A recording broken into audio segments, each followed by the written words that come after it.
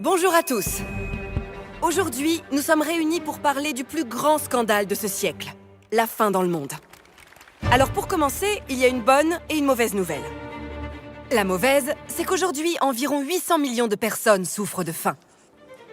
Mais la bonne nouvelle, c'est que nous, les équipes de Stop Hunger, on sait que ce n'est pas une fatalité et que l'on peut éradiquer la faim dans le monde. Alors comment on va y arriver? En arrêtant de nourrir les gens. Et oui, parfaitement. Arrêtons de remplir des assiettes. L'aide alimentaire, c'est nécessaire. Mais imaginez, environ 800 millions d'assiettes, 365 jours par an, 2 fois par jour. Et qu'est-ce qu'on fait après? Non. Ce qu'il faut, ce sont des solutions durables qui donnent aux personnes les moyens de s'alimenter de manière autonome. Ce qu'il faut, c'est financer des programmes agricoles innovants, adaptés, favorisant la production locale. Ce qu'il faut, c'est continuer à travailler avec les associations et ONG.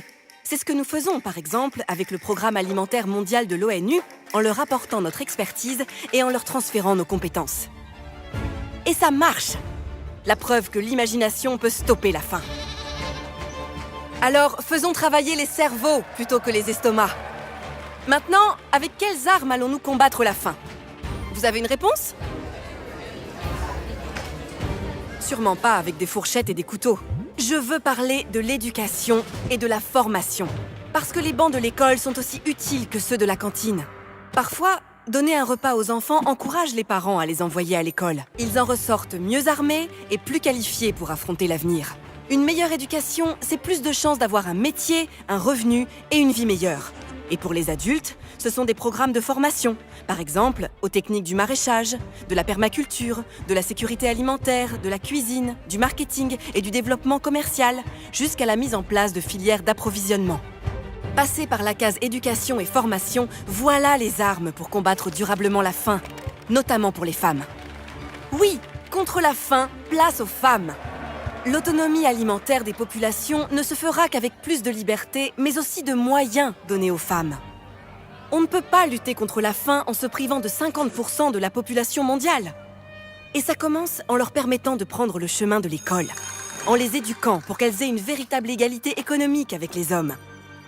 Si aujourd'hui les femmes avaient autant de ressources que les hommes, on pourrait nourrir jusqu'à 150 millions de personnes en plus. Il va falloir vous y faire. Nous sommes des volontaires Stop Hunger, des militants contre la faim dans le monde, prêts à tout pour stopper la faim. Mais pour y arriver, nous avons aussi besoin de votre aide, alors faites un don. 100% des dons faits à Stop Hunger vont à des ONG et associations implantées sur le terrain, au plus près des communautés. Contre la faim, on ne lâche rien. Merci à tous ceux qui nous aident à aller plus loin, plus vite.